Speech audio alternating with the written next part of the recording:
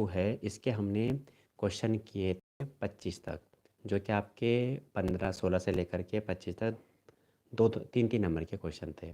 और अब जो क्वेश्चन आपके हैं वो 26 से स्टार्ट होते हैं, 26 से आपके 30 तक हैं, और ये आपके 6-6 नंबर के क्वेश्चन हैं। तो देखिए क्वेश्चन को आप ज़रा देखो। सबसे पहला क्वेश्चन आपका है 9वें चैप्टर से, यानी ऊंचाई और दूरी से। और क्वेश्चन क्या है, ये आपके बुक के क्वेश्चन है, 9.1 का क्वेश्चन है ये। एक 80 मीटर चौड़ी सड़क के दोनों ओर आमने सामने समान ऊंचाई के दो खंभे लगे हुए हैं। इन दोनों खंभों के बीच सड़क के किसी एक बिंदु से खंभों के शिखर के उन्नयन कोण क्रमशः 60 डिग्री और 30 डिग्री हैं। तो खंभों की ऊंचाई और खंभों से बिंदु के बीच की दूरी ज्ञात कीजिए। तो बुक के क्वेश्चन अगर आपने थोड़े तैयार किए हुए हैं तो आपको थोड़ा रिवीजन हो जाएगा, नहीं किए तो अभी आप तैयारी कर सकते हैं। तो इसमें क्या है, 26वां सवाल है, आपकी बुक का ही सवाल है ये। और इसमें क्या है कि 80 मीटर एक चौड़ी सड़क है। तो हमने एक सड़क इस तरह से बना ली इसमें। ये आपकी 80 मीटर चौड़ी सड़क ऐसे बन गई। चित्र में आप सब चीज़ें लिखें इसमें। ये 80 मीटर चौड़ी सड़क है ये। तो नाम हमने ये इसमें, और दो खंभे लगे हुए हैं। अब दोनों खंभों की जो लंबाई है वो लंबाई या ऊंचाई कुछ भी आप कह सकते हैं समान है। नाम इसका दिया हमने ए बी, और इसका नाम दिया हमने पी क्यू। ये नाम दिया पी क्यू, और इनकी लंबाई समान है। ठीक है, यहाँ पे लिखना पड़ेगा, ये हमारा पहला खंभा है, पहला खंभा, और ये है दूसरा खंभा। दोनों की लंबाई समान है या ऊंचाई समान है, तो हमने एच मान लिया। ठीक है, ये हो गया आपका। और अब हम इसमें ये देखिए आप कि बीच में कोई बिंदु है, हमने इसको बिंदु मान लिया सी, और इस बिंदु से ये जो आपके खंभे के शिखर के उन्नयन कोण 30 डिग्री और 60 डिग्री है। तो इसमें जो कोण पास बनेगा वो बड़ा बनेगा, इसे हम 60 डिग्री दिखाएंगे। और ये वाला जो कोण है वो इस खंभे से थोड़ा दूर है, तो इसे हम दिखाएंगे 30 डिग्री का, इस तरीके से। और जो 80 सड़क थी, इसको हम लिखेंगे सड़क है, और ये 80 मीटर टोटल इसकी क्या है, चौड़ाई है। और इस सड़क के ठीक आमने सामने दोनों समान लंबाई के खंभे लगे हुए हैं। इसे हमने पहला खंभा माना, ये हमारा दूसरा खंभा है।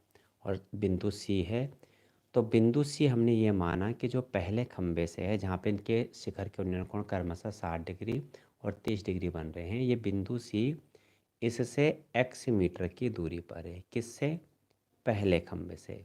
तो टोटल ये 80 था, 80 में से x इधर चला गया, तो कितना बचा, 80 माइनस x बचा। ये आपका इधर बचा ये। ठीक है, ये देखिए इस चित्र आप बना लेंगे बढ़िया करके बिल्कुल इसे। और अब इसमें काफ़ी लैंग्वेज लिखनी है, मैं लैंग्वेज नहीं लिख रहा हूँ, आपको मैंने उस समय जब एक्सरसाइज कराई थी बताया था। काफ़ी वीडियो लंबी हो जाएगी, आप इसमें केवल, अब मैं डायरेक्ट कर रहा हूँ त्रिभुज ए बी सी में। इसमें केवल इतना लिख रहा हूँ कि माना बिंदु सी सी पर दोनों खंभों के शिखर के उन्नयन कोण क्रमशः 60 डिग्री व 30 डिग्री है। और माना बी सी एक्स है। माना बी सी क्या है, एक्स। तो सी क्यू कितना हो जाएगा, 80 माइनस एक्स। थोड़ा आप इसमें और लिखेंगे, मैं थोड़ा कम ही लिख रहा हूँ। मेन सवाल आप समझिए इसमें क्या है। लैंग्वेज आप अपने हिसाब से कुछ भी लिख सकते हैं, कुछ मतलब जो भी चित्र हमने बताया है, जो जो इसमें बनाए हैं वो सब उसके बारे में हमें लिखना होता है, क्योंकि 6 नंबर का सवाल है तो पूरा डिटेल में करेंगे तभी 6 नंबर मिलेंगे। थोड़ा भी शॉर्टकट करेंगे तो नंबर कटने की संभावना हो सकती है। त्रिभुज ए बी सी में, इसमें देखिए पहले ए बी सी में टेन 60, टेन बराबर होता है लंब बटे आधार। टेन 60, 60 के सामने का ये होगा लंब, और ये हो गया आधार। तो इसमें लेंगे त्रिभुज ए बी सी में हम टेन लेंगे, तो टेन आपका क्या हो जाएगा, लंब बटे आधार। तो त्रिभुज ए बी सी में टेन 60, सॉरी टेन 60 आपको नहीं, सॉरी हाँ, टेन 60 किसी में लीजिए, आप चाहें तो इसमें ले लीजिए। इसमें कोई ऐसा नहीं कि इसी त्रिभुज में लेना, आप किसी में भी ले सकते हैं, पर कोशिश है करने कि आप छोटे त्रिभुज में पहले लें। टेन 60 का मान हो गया √3, ये हो गया h बटे एक्स। और यहाँ से हमने तिरछी गुणा करी, आपका आ गया h बराबर x√3। इसे हम समीकरण 1 नाम दे देंगे। इसके बाद त्रिभुज PCQ में ये देखिए, त्रिभुज PCQ में tan 30 बराबर लंब h बटा आधार 80 माइनस एक्स। तो क्या हो जाएगा आपका tan 30 बराबर h बटे 80 माइनस एक्स। tan 30 का मान आप सभी जानते हैं 1/√3 और h और 80 माइनस एक्स। तिरछी गुणा करिए, 80 माइनस एक्स बराबर h√3। ठीक है, और यहाँ से h का मान x√3 यहाँ रख देंगे। तो 80 माइनस एक्स की जगह, नहीं x तो x ही रहेगा, h की जगह x√3 आया। सॉरी, h लिख दिया मैंने गलती से, h की जगह x√3 और आपका ये वाला √3 ऐसे रहा। h की जगह क्या हो गया x√3, ये √3 ऐसे ही आ गया। ब्रैकेट में हम ले लेंगे समीकरण 1 से हमने ये मान रखा है। √3 की √3 में गुणा करिए 3x हो जाएगा, 3x आएगा और x इधर आके जुड़ जाएगा, क्योंकि उधर माइनस का इधर आके क्या हो जाएगा प्लस। तो √3 आपका 3x हो गया और माइनस एक्स इधर था आके प्लस x हो गया। और 80 बराबर आपका ये आ गया, ठीक, क्या आ जाएगा 4x। और x बराबर क्या आ गया, 80 में 4 का भाग है, 4 2 के 8, यानी 20 आ गए। यानी ये जो बिंदु था ये पहले खंभे से, हमने सर पहला खंभा माना, देखो ये पहला खंभा है, तो इससे इसकी जो दूरी थी वो कितनी थी 20 मीटर। और अगर आप इससे दूरी लेंगे तो 80 में से आपको 20 घटाना पड़ेगा, नहीं ये 60 आ जाएगा। और समीकरण 1 से, समीकरण 1 में मान हम रखेंगे तब मैं प्रत्येक खंभे x का मान रखेंगे। x का मान क्या है 20 है। तो समीकरण 1 से क्या किया हमने, h बराबर x√3 यानी 20√3। लास्ट में आंसर आप ज़रूर लिखें, हमेशा इस बात को मैं कहता हूँ। अतः प्रत्येक खंभे की ऊंचाई, प्रत्येक खंभे की ऊंचाई क्या थी आपकी, h थी और इसका मान है 20√3, मात्रक जरूर लिखें मीटर। तथा बिंदु C की पहले खंभे से दूरी, पहले खंभे से दूरी यानी थी आपकी x और कितना आई है 20 मीटर। ये आपका आंसर आ गया। सवाल नंबर अब देखिए 26, नहीं 26 हो गया 27 हो रही। इसमें आपको दिया हुआ है, ये भी आपका किताब का सवाल है, वर्गांतराल दिया हुआ है आपको, बारंबारता में x और y दो अज्ञात पद दिए हुए हैं, इनका योग 60 दिया हुआ है और माध्यक आपको दिया हुआ है इसमें 28.5। हमें x और y के मान निकालने हैं।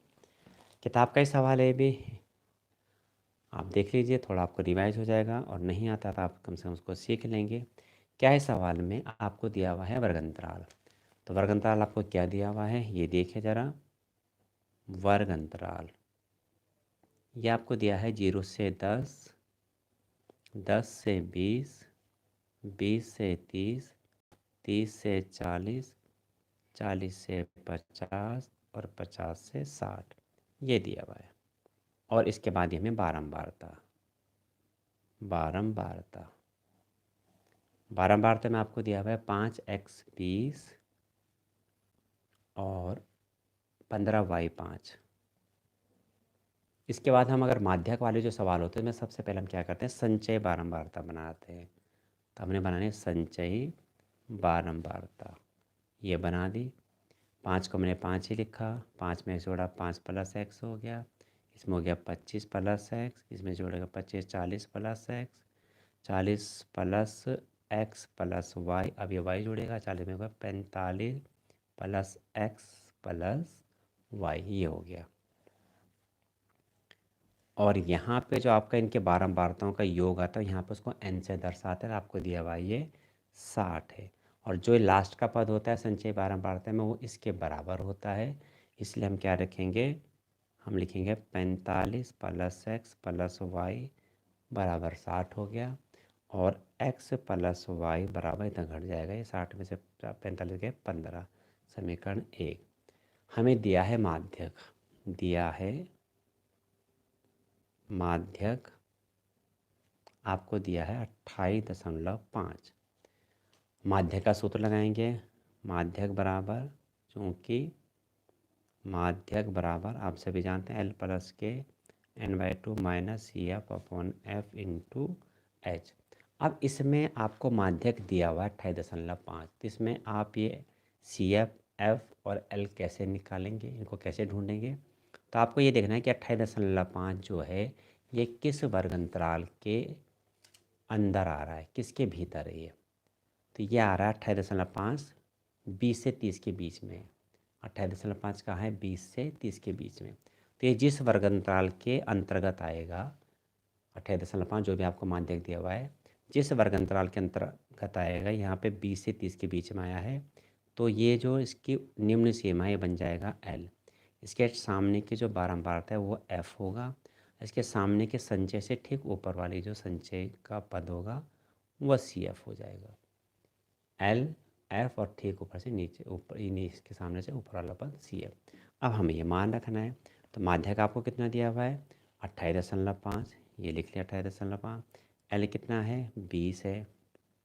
n/2 हो गया 60 का आधा, माइनस CF देखो 5 + x है, लेकिन यहाँ माइनस का चिन्ह है इसलिए 5 - x हो जाएगा, चिन्ह बदल जाएंगे। और f आपका हो गया 20 और h इनका अंतर होता है, किसी भी वर्ग अंतराल का अंतर देखिए 10 का है, ये 10 कर दिया। बहुत आसान कैलकुलेशन है, 10 से कट गया 2 बार में, 10 दूना के 20, 20 इधर आके घट जाएगा इससे, 28.5 से 20 के तो बचा 8.5। तो ये हो गया आपका 8.5।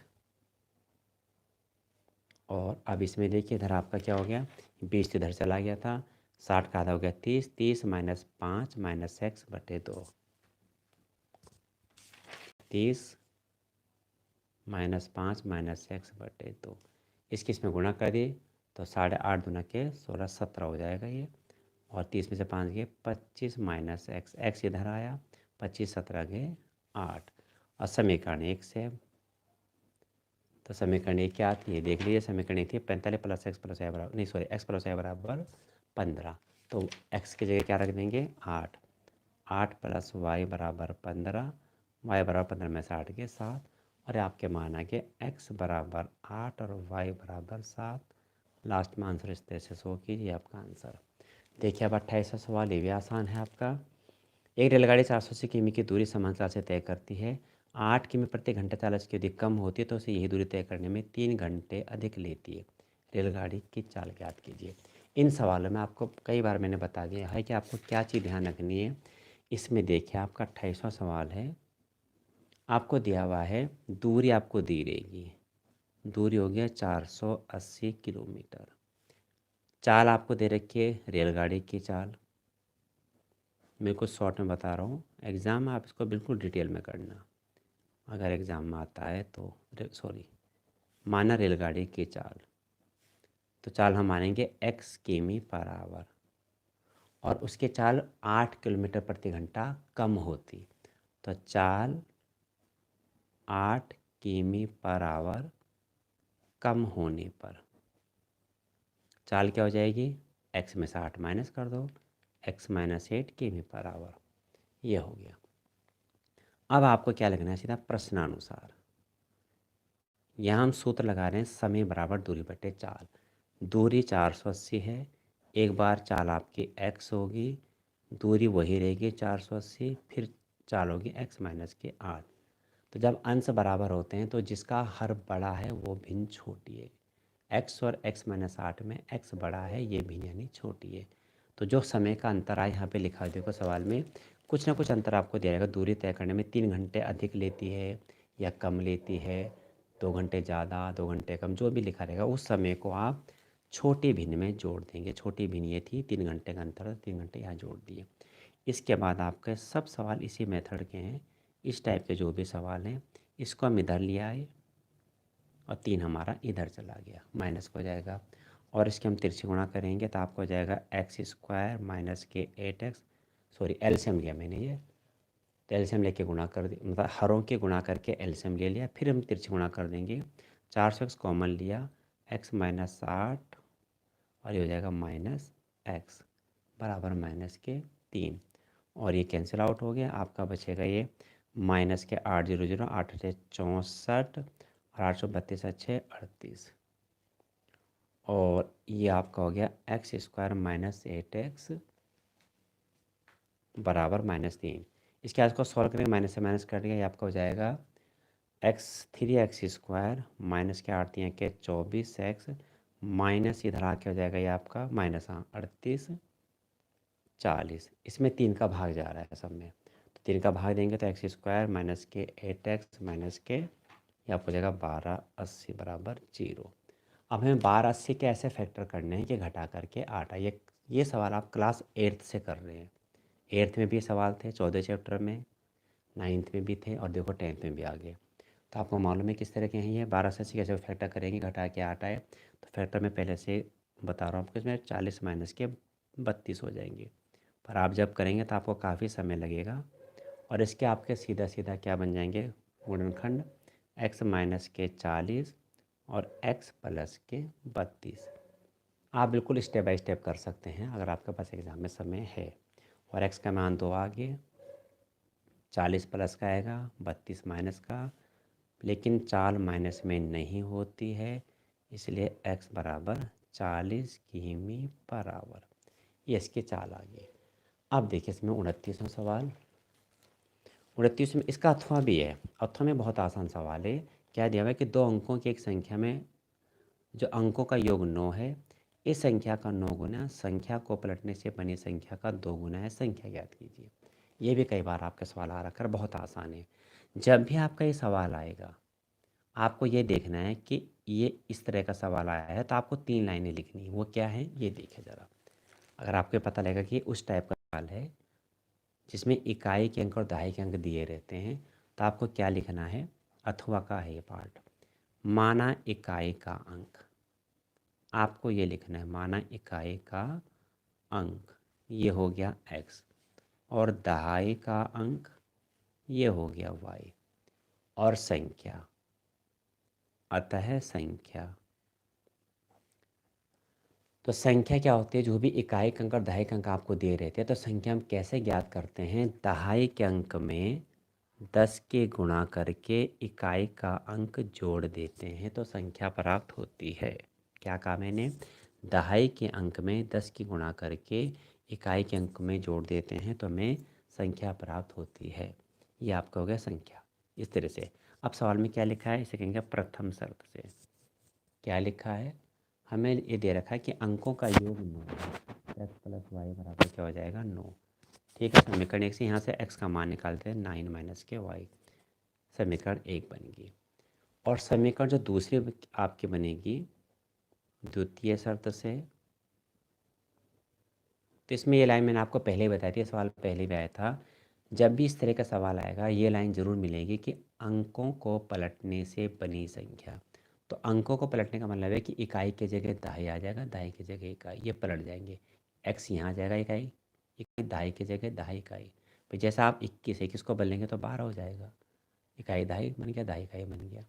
यहाँ पे क्या बनेगा, अंकों को पलटने से बनी संख्या।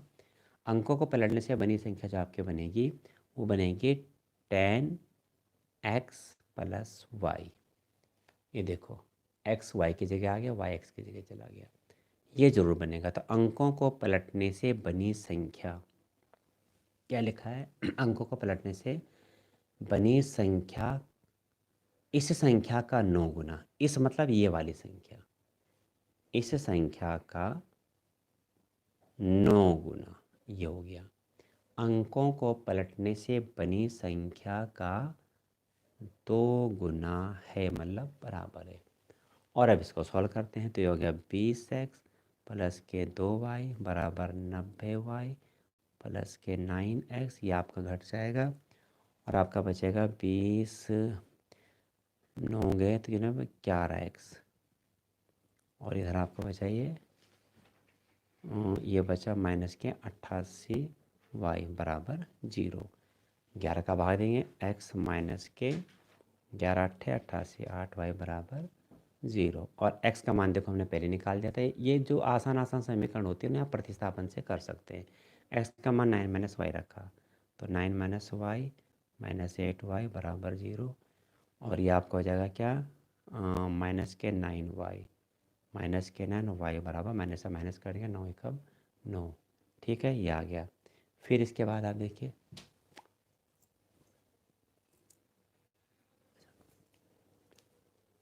ठीक है, ये हो जाएगा आपका। फिर इसके बाद y कमान समीकरण एक में रखिए, समीकरण एक से क्या हो जाएगा आपका, x बराबर 9 - 1 इन x बराबर 8। तो इकाई अंक आपको क्या मिला, 8, दायक अंक 1, अतः संख्या क्या होगी, 10y प्लस x, यानी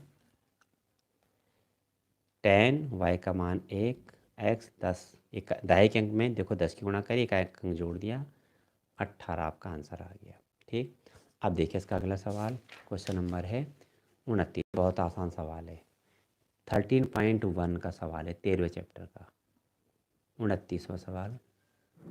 देखिए आपको एक चित्र दे रखा है, ये एक शंकु है, नीचे गोलार्ध है। शंकु की ऊंचाई 2 सेंटीमीटर है, गोलार्ध का जो व्यास है वो 4 है। व्यास 4 है तो इसकी जो त्रिज्या वो 2 हो जाएगी। हमें इसका आयतन और वक्रपृष्ठ बताना है। तो आप इसके स्टेप सही कर रहे हैं, बाकी कैलकुलेशन करके आंसर भले ना आ पाए, लेकिन आपको काफ़ी 6 में से 3, 4, 5 नंबर मिल सकते हैं इसमें। तो इतना प्रयास आप करें इसमें। देखिए 20वां सवाल, इसमें सॉरी 29वां सवाल आपको क्या दिया हुआ है, एक इस तरह से खिलौना दिया हुआ है, कोई ठोस कह सकते हैं, खिलौना लिखा हुआ है यहाँ पे। ऊपर से शंकु के आकार का है, ये ऊपर से शंकु आकार बना दिया, और नीचे से ये अर्धगोला है, ये अर्धगोला बना दिया। ये आप देख सकते हैं।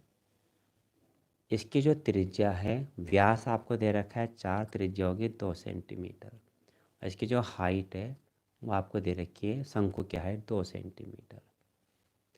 अब हमें क्या निकालना है, बहुत आसान है, इसका वक्रपृष्ठ निकालना है। तो देखो अगर हमें इसका वक्रपृष्ठ, टोटल वक्रपृष्ठ निकालना है, तो इस टोटल वक्रपृष्ठ में मतलब जो खिलौना है ये, इसमें 2 वक्रपृष्ठ शामिल हैं। 2 वक्रपृष्ठ कौन से सम्मिलित हैं, एक शंकु का वक्रपृष्ठ और एक अर्धगोले का वक्रपृष्ठ। अब जब आप शंकु का वक्रपृष्ठ निकालेंगे तो आपको एल की ज़रूरत पड़ेगी, यानी पाई आर एल होता है सूत्र। सूत्र आप ज़रूर याद करें, मैं हमेशा बोलता हूँ इस बात को। तो जब एल की ज़रूरत पड़ेगी तो पहले हमें एल निकालना पड़ेगा, यानी इसकी तिर्यक ऊंचाई। तो हम क्या निकालते हैं, पहले शंकु की तिर्यक ऊंचाई, पहले हम ये निकालते हैं। एल बराबर, सूत्र आप जानते ही हैं, r square plus h square, ये इसका सूत्र है।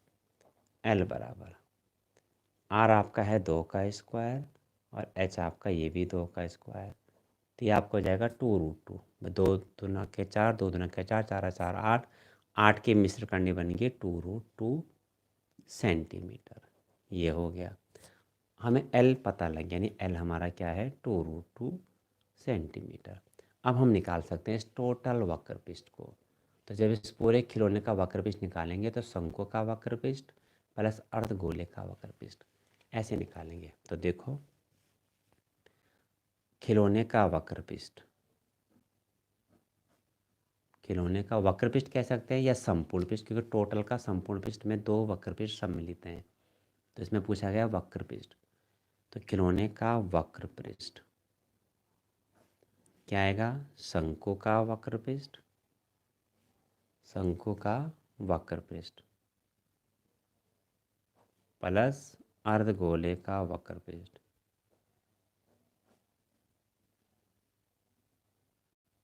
दो इसमें वक्रपृष्ठ जुड़ करके टोटल खिलौने का आ जाएगा। बहुत आसान है, वैसे भी समझ रहे होंगे। अगर कहा जाए कि इसका वक्रपृष्ठ निकालना है तो शंकु का वक्रपृष्ठ, अर्धगोले का वक्रपृष्ठ, या कहा जाए इसका संपूर्ण पृष्ठ, तो इसका संपूर्ण पृष्ठ गोले का, अर्धगोले का वक्रपृष्ठ और शंकु के वक्रपृष्ठ को जोड़ करके इस पूरे का संपूर्ण पृष्ठ आ जाता है। अब देखो सीधा सीधा सूत्र लिखना है, उसे मान रखने हैं, और बचता है फिर कैलकुलेशन वाला पार्ट, जो कि आपका स्ट्रॉन्ग होना चाहिए बहुत। पाई आर एल प्लस के 2 पाई आर स्क्वायर, ये अर्धगोले का वक्रपृष्ठ, शंकु का वक्रपृष्ठ, अर्धगोले का वक्रपृष्ठ। अब आप देखिए हम यहाँ पे कॉमन ले लेंगे तो हमारी कैलकुलेशन आसान हो जाएगी। ये देखिए, अब इसके बाद पाई का मान यहाँ पे दिया हुआ है, पाई का मान है 3.14 दिया हुआ है इसमें, तो 3.14 ही रखेंगे, नहीं दिया होता तो 22/7 रखते। और आपको दिया हुआ है 2, एल आपका है 2√2, और 2r का मान आपका है 2।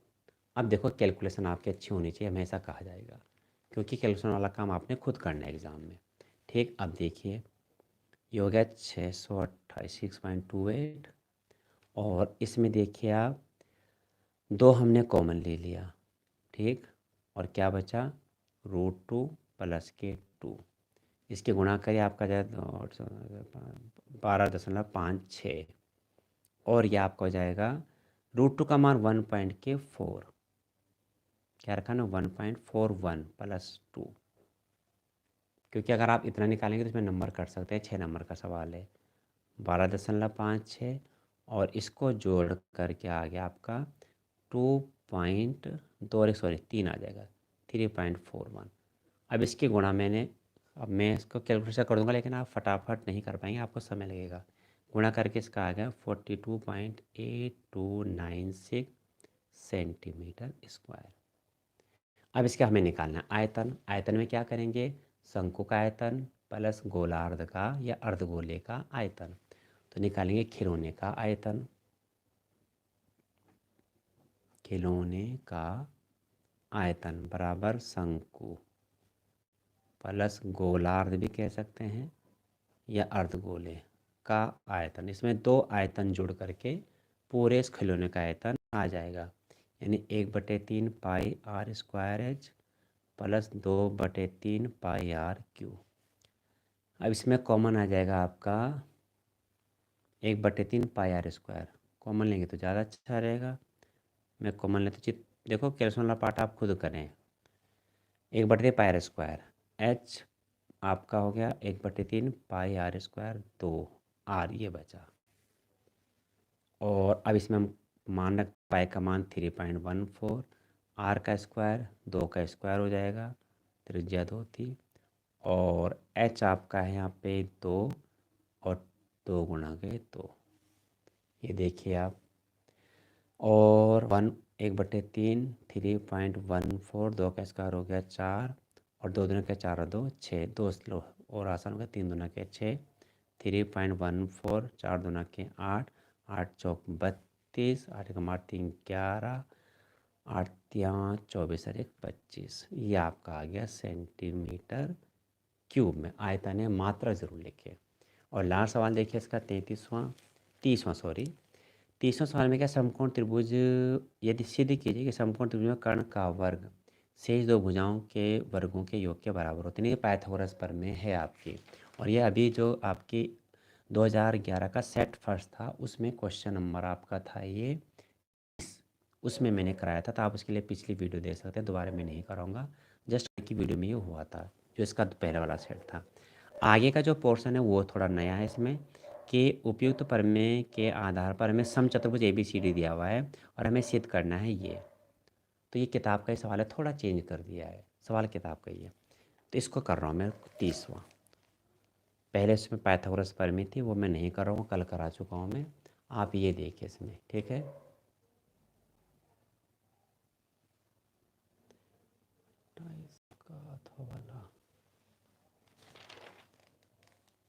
देखो ये 28 का अथवा वाला किसी ने भी मैसेज किया है कि 28 का अथवा वाला फिर से बता दो, यानी ये वाला कह रहे हैं वो, कोई विपिन करके, मैं समझ नहीं पा रहा। चलो जो भी पूछ रहे हैं आप ये देखिए, जिन्होंने पूछा है, पहले तो आपको ये समझना है कि ये जो सवाल आपका है इस संख्या में, इसमें एक लैंग्वेज आपकी ज़रूर रहती है। पहले आप सवाल पहचानें, एग्ज़ाम में आपको सवाल पहचान माना चाहिए कि ये उस टाइप का सवाल है, तब आप उसके मेथड को अप्लाई करेंगे। इस सवाल में, इस तरह के सवाल में आपको ये दे रहेगा 2 अंकों की संख्या होगी, और उस संख्या में योग दिया गया, अंतर कुछ ना कुछ आपको दिया रहेगा। उसके बाद इस टाइप का जो भी सवाल आएंगे, जितने भी सवाल आप करेंगे, चाहे आगे कंपटीशन में भी आप करें, तो इसमें ये ज़रूर लिखा रहेगा कि अंकों को पलटने से बनी संख्या का 2 गुना इस संख्या का 9 गुना है, ठीक है ना। तो इसमें अच्छा नितिन है, चलो ठीक है, आप देख लीजिए इसको। इस संख्या का 9 गुना अंकों को पलटने से बनी संख्या का 2 गुना, ये लाइन जरूर आएगी इस टाइप के सवाल में। आपके बुक में तो कम ही सवाल हैं, लेकिन इसमें और भी इस तरह के सवाल और मिलेंगे आपको अदर बुक में। तो इसमें सबसे पहले आप क्या करेंगे, इकाई का अंक x और दहाई का अंक y आप मान लेंगे, और दायक अंक ऐसा नहीं कि आप इकाइक अंक x माने दायक अंक y, आप इकाइक अंक y मान सकते हैं, दायक अंक x। कुल मिला के बात यह है कि जो दायक अंक आप मानेंगे उसमें आप 10 की गुणा करके इकाइक अंक जोड़ देंगे और बनेगी संख्या। इसमें सबसे खास बात यह है कि ये अंक हैं और ये संख्या है। अंक और संख्या में फ़र्क है थोड़ा, मैं आपको अलग से बता देता हूँ इसमें कि आप ये देखिए कि अंक, अब आप हल्का सा ये देखिए, माना मैं आपसे कहूँ कि इकाइक अंक 9 है, दायक अंक 7 है, संख्या कैसे बनी? आप बोलेंगे मैंने पास पास रख लिया। तरीका ये नहीं है।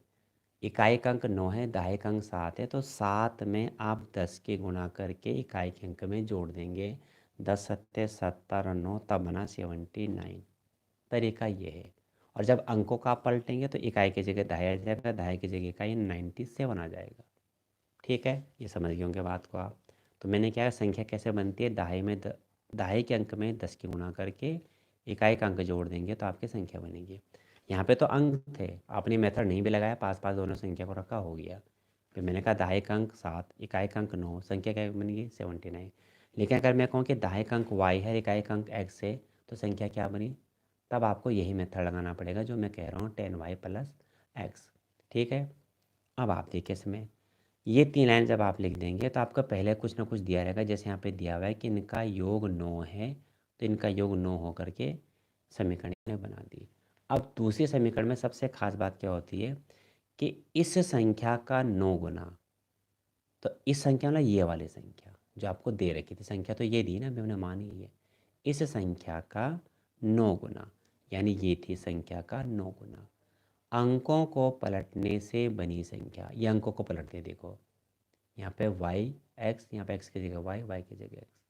अंकों को पलटने से बनी संख्या का 2 गुना है इस संख्या का, यानी इस संख्या का 9 गुना अंकों को पलटने से बनी संख्या का 2 गुना है। ये लिख दिया।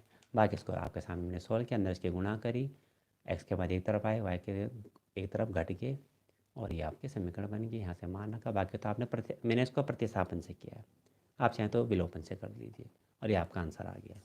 ठीक है, फिर भी नहीं है तो आप बाद में पूछ सकते हैं इसको। क्वेश्चन नंबर आप 30 देखिए। 30 में मैं इसको सेकंड पार्ट वाला बता रहा हूँ। फर्स्ट पार्ट में इसके 2 भाग हैं। पहले भाग में आपसे परमेय 6 पॉइंट आपकी 8 वो पूछी गई है, सब जिसे हम पाइथागोरस पर में कह रहे हैं। सेकंड पार्ट में क्या है, आपको इसमें दिया हुआ एक समचतुर्भुज। ये भी बहुत आसान सा है, आप थोड़ा समझिए इसको। और समचतुर्भुज में आपको क्या दिया हुआ है, इसके विकर्ण ओ पर काट रहे हैं इस तरीके से। ये हो गया, दिया है,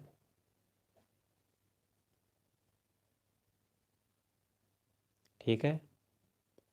अब आपको इसमें क्या दिया हुआ है, समचतुर्भुज ABCD के विकर्ण बिंदु O पर काटते हैं। ये काट रहे हैं, ठीक है, सिद्ध करना है। अब इसमें हमें सिद्ध क्या करना है, आपको दे रखा 4AB² बराबर AC² प्लस BD²। मैं आपको बता दूं, आपकी किताब का ही सवाल है। किताब के सवाल में ये लिखा है कि इसके भुजाओं के वर्गों का योग इसके विकर्णों के वर्गों के योग के बराबर है। अब भुजाएं 4 होती हैं, AB BC CD AD, चारों बराबर, उनको जोड़ दिया AB में कन्वर्ट करके। सवाल ही है बिल्कुल वही, ठीक है। अब इसमें उपपत्ति देखिए, उपपत्ति में क्या होगा, उपपत्ति में आपको इसमें है, पहले तो समचतुर्भुज का आपको गुण पता होना चाहिए। चूंकि समचतुर्भुज के विकर्ण परस्पर समकोण पर काटते हैं, यानी ये जो काट रहे हैं यहाँ पे, ये 90 का एंगल बना, तो ये 90 तो प्रत्येक 90 बनी है, यानी 4 समकोण त्रिभुज बन गए। और ये समद्विभाज्य करते हैं, सब काटते हैं, तब तक समकोण पर काटते ही नहीं लिखेंगे, समकोण पर समद्विभाजित करते हैं, समद्विभाजित करते हैं। ठीक, तो समकोण पे काटने का मतलब तो ये होगा कि जो डी ओ सी है, कोई सा भी कोण ले लो, चाहे तो ए ओ बी ले लो, ए ओ बी डी ओ सी कोई सा भी ले लो, ये कोण 90 होगा, हमने डी ओ सी लिया। और समद्विभाजित करने का मतलब हुआ कि इसके दो बराबर टुकड़े होंगे, यानी ये इसके बराबर होगा और ये वाला इसके बराबर। तो ए ओ बराबर सी ओ, दोनों ए सी के हाफ, डी ओ बराबर बी ओ, दोनों बी डी के हाफ। तो क्या आ जाएगा, इसलिए तथा, समकोण का मतलब ये हुआ। और अगला क्या बोला मैंने, ए ओ बराबर सी ओ, दोनों ए सी के हाफ, बी ओ बराबर डी ओ, दोनों विकर्ण बी डी के बराबर बराबर टुकड़े हैं। अब हम इन चारों त्रिभुज में पाइथागोरस प्रमेय लगाएंगे, ए ओ बी में, बी ओ सी में, सी ओ डी में, डी ओ ए में, वे लगा रहा हूँ मैं। तो समकोण त्रिभुज ए ओ बी में, ए ओ बी में पाइथागोरस प्रमेय से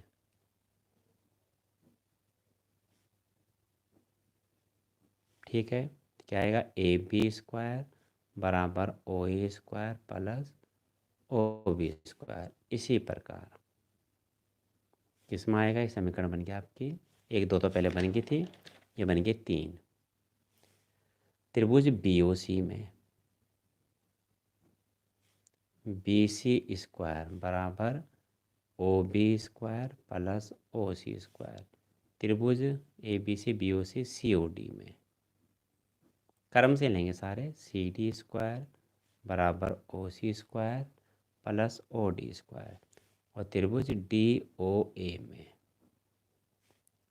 ए डी स्क्वायर बराबर ओ डी स्क्वायर प्लस ओ डी क्या, ओ ए स्क्वायर। अब समीकरण हो गए 3, 4, 5, 6। समीकरण को जोड़ने पर समीकरण 3 plus 4 plus 5 plus 6, a B square plus B C square plus C D square plus a d square, इनको जोड़ दिया।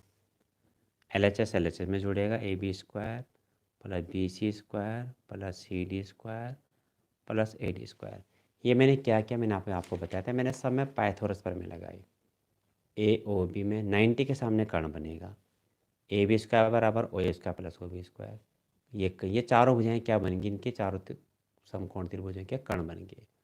बी सी स्क्वायर बराबर O C square plus O B square, सब में ये करा मैंने। ठीक है, ये इधर आपका क्या आएगा, इधर ये सब दो दो बार हैं, ओ ए एक बार, एक ये दो बार, ओ बी एक ये दो, ओ सी ये, ओ डी ये, तो जुड़ के दो हो जाएगा। 2 O A square plus 2 O B square plus 2 O C square plus 2 O D square. अब ये देखो, अब ये सारी भुजाएं बराबर हैं, तो हम सबको ए बी में कन्वर्ट कर दें। भाई ये काम थोड़ा इसमें अलग हो रहा है, नहीं तो पूरा किताब का सवाल है ये। ए बी को ए बी लिखा, इस सबको ए बी लिख दिया हमने, क्योंकि भुजाएं बराबर है, समचतुर्भुज है। और यहाँ पे हमने क्या किया, ओ ए को हमने लिख दिया ए सी का हाफ, ओ बी को लिख दिया हमने बी डी का हाफ, ओ सी को लिखा फिर हमने ए सी का हाफ, और ओ डी को लिखा हमने बी डी का हाफ। ये चारों जोड़ के हम इसका कारण लिखेंगे, चूँकि ए बी बराबर बी सी, हमने जो बराबर लिखे क्यों लिखे, क्योंकि सम चतुर्भुज की चारों भुजाएं बराबर होती हैं। ए बी बराबर बी सी बराबर सी डी बराबर ए डी, तो ये आपका आ जाएगा 4 AB स्क्वायर। हमें ये सिद्ध करना था, और इससे कट गया, देखो इसका स्क्वायर खोलेंगे, ए सी स्क्वायर बटे 4, 2 से ये कट गया 4, तो ए सी स्क्वायर बटे 2 आ जाएगा। ऐसे बी डी स्क्वायर बटे 4, इसका स्क्वायर खोलेंगे, बी डी स्क्वायर बटे 4 आएगा, 2 से 4 कट जाएगा 2 बार में, तो आपको मिलेगा बी डी स्क्वायर बटे 2। ऐसे ये भी ए सी स्क्वायर बटे 2 और बी डी स्क्वायर बटे 2। इधर आपका यही रहेगा 4 AB स्क्वायर बराबर ए सी स्क्वायर बटे 2 और ए सी स्क्वायर बटे 2, 2 AC स्क्वायर बटे 2, 2 से 2 कट गया, ए सी स्क्वायर। ऐसे बी डी स्क्वायर बटे 2 और बी डी स्क्वायर बटे 2, 2BD² 2 से 2 पे कट जाएगा और आपको मिलेगा BD²। ये सिद्ध हो गया। और जो लास्ट का क्वेश्चन है, तो ये लास्ट का क्वेश्चन भी आपका पिछले उसमें आ चुका है। इसमें आप देखिए, इसके अथवा में है, सिद्ध कीजिए किसी बाह्य बिंदु से वृत्त पर खींची गई स्पर्शियाँ बराबर होती हैं। ये पर में 10.2 है। इसको आप देख लीजिए, बहुत इंपॉर्टेंट है, कई बार आ भी रखे और आसान बहुत है। और इसके बाद ये पिछली वीडियो में मैंने करा दिया था।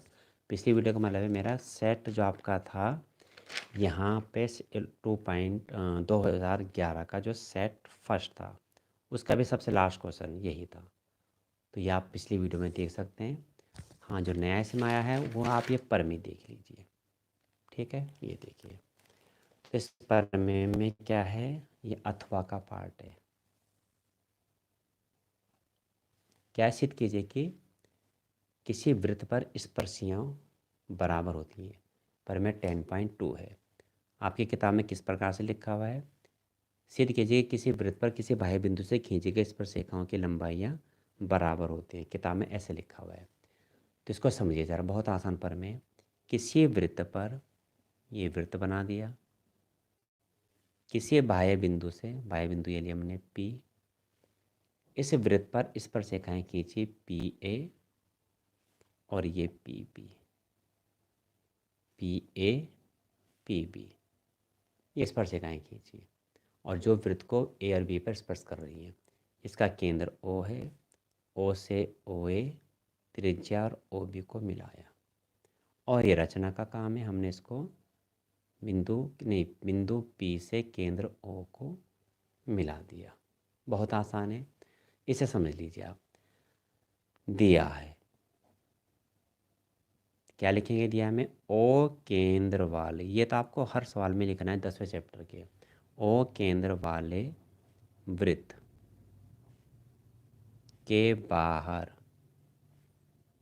स्थित, इसके बाहर स्थित बिंदु P से स्थित बिंदु P से वृत्त पर खींची गई, पर में थोड़ा दिया है, सिद्ध करना बहुत अच्छे तरीके से लिखना पड़ता है।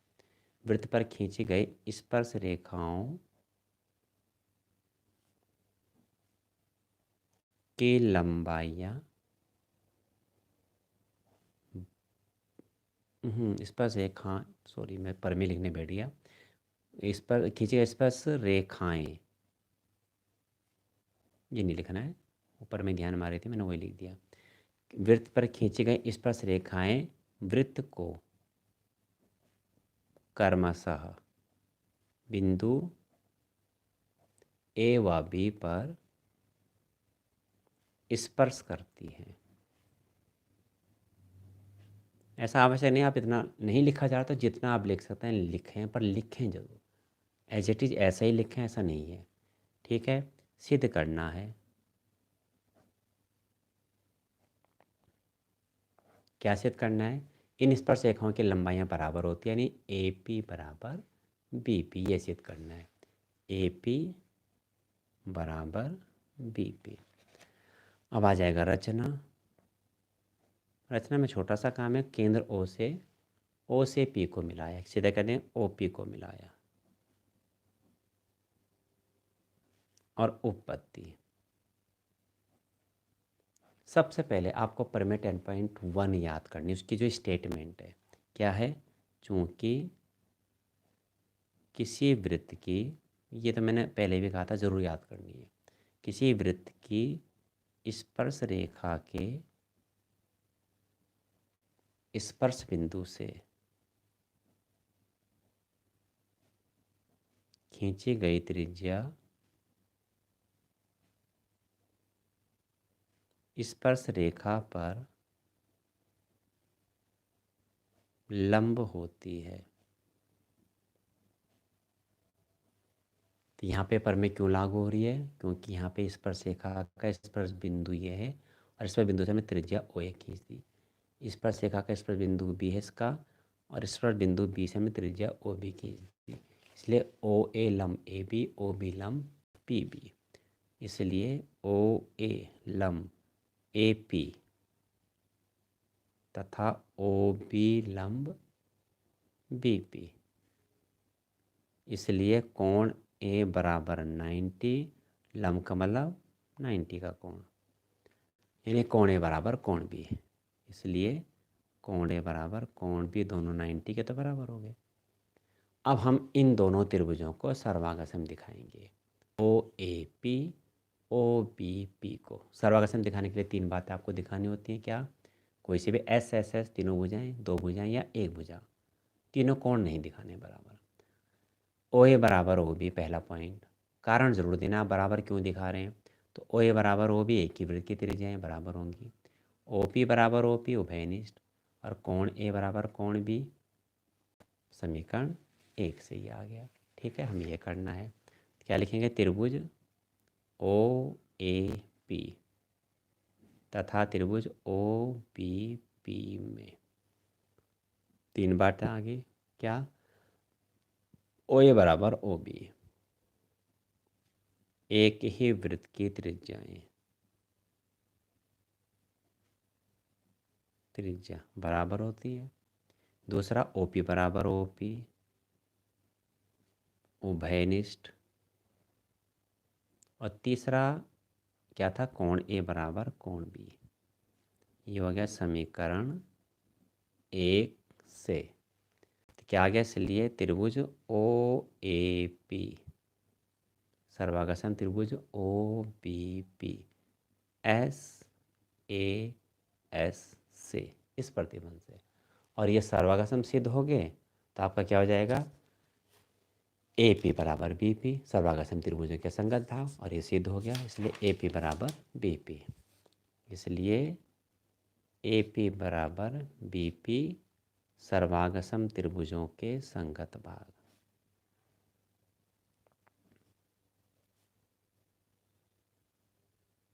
ये आपका सिद्ध हो गया। हैंस प्रूव इति सिद्धम।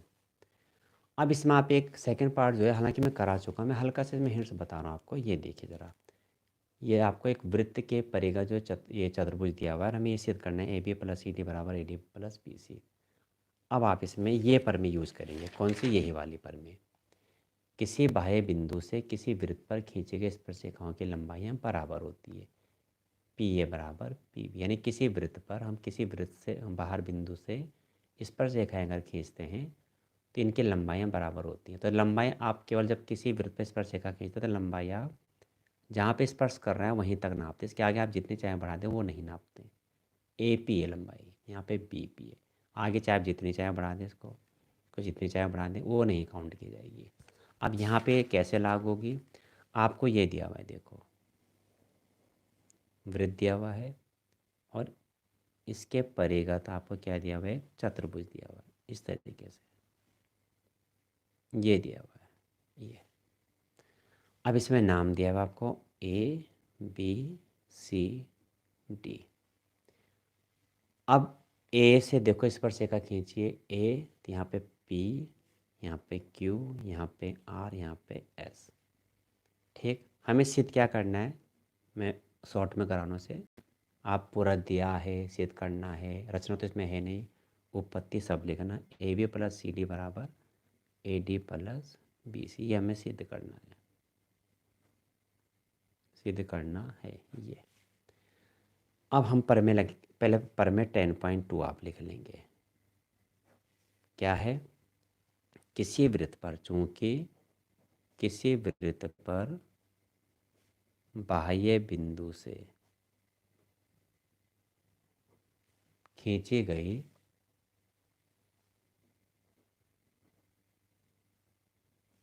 स्पर्श रेखाओं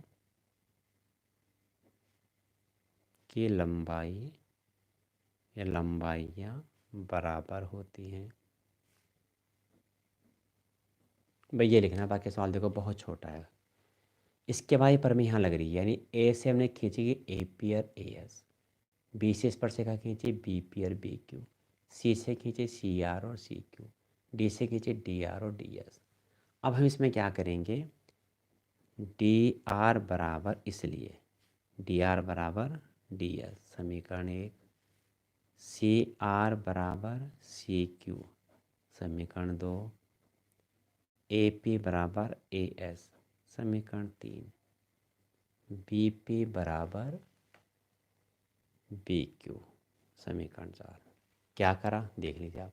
डी आर बराबर डी एस, डी आर बराबर डी एस, सी पी बराबर सी क्यू, सी पी नहीं, c r sorry, c r बराबर सी क्यू, सी आर बराबर सी क्यू, ए पी बराबर ए एस, ए पी बराबर ए एस, बी पी बराबर b Q, B p बराबर b Q. अब इन चारों को जोड़ देंगे और आपका सिद्ध हो जाएगा। ठीक है, समीकरण 1+2+3 मैं थोड़ा शॉर्ट में करूँ, आप लैंग्वेज थोड़ी लिखना इसमें। D r plus c r plus a p plus b p, फिर इधर आपका d s plus a s plus c q plus b q. ये करना आपने। अब डी आर और सी आर को जोड़ो, देखो डी आर और सी आर क्या बन गया, डी सी। ए पी और बी पी को जोड़ो, ए पी बी पी बन गया ए पी। डी एस और ए एस को जोड़ो, डी एस ए एस बन गया ए डी या डी ए, कुछ भी कह दो। सी क्यू और बी क्यू को जोड़ो, सी क्यू बी क्यू बन गया बी सी। तो जो बने वो लिखते हैं। यहाँ से आर आर हटा दो, बन गया डी सी। यहाँ से पी पी हटा दो, बन गया ए बी। यहाँ से एस एस हटा दो, बन गया ए डी या डी ए, कुछ भी कह दो। क्यू क्यू हटा दो, बन गया बी सी या सी बी। और ये आपका सिद्ध हो गया। पर यहाँ पे एग्ज़ाम में क्या गलती होती है, क्रम ध्यान, माना आपने D s plus d are कर दिया, डी एस इधर कर दिया, डी आर इधर कर दिया, फिर ये नहीं जुड़ेंगे। तो इसमें आपको ये ध्यान रखना है कि डी आर के बाद डी आर और सी आर एक तरफ होने चाहिए, ए पी और बी पी एक तरफ होने चाहिए, डी आर सी आर इनको जोड़ना है। ये क्रम ध्यान रखना, क्रम गड़बड़ कर दिया एग्ज़ाम में पूरा गलत हो जाएगा, टेंशन में फिर और नहीं होगा आपसे सवाल। ठीक है, इसको ध्यान रखना। जो मेन बात क्या बताया मैंने, d r plus c r, तो आपको d r plus d s करना है, d s plus d r नहीं करना है। अगर आप d s plus d r करेंगे, डी एस बराबर डी आर, तब आपको ये सारे इधर रखने होंगे। आपको ये देखना है कि डी आर यहाँ पे भी सी आर, ये रखना है आपने। जोड़ करके डी सी बनेगा, यहाँ पे ए बी बनेगा, यहाँ पे इसको जोड़ के बना ए डी, इन दो को जोड़ के बना बी सी। ठीक है, तो ये आप इसकी तैयारी कर लें। और अगले वीडियो में आपका 2012 का जो है वो उसका सेट फर्स्ट के कुछ सवाल करेंगे, तो उसके लिए आप शुरू के आसान आसान सवाल ज़रूर देखें।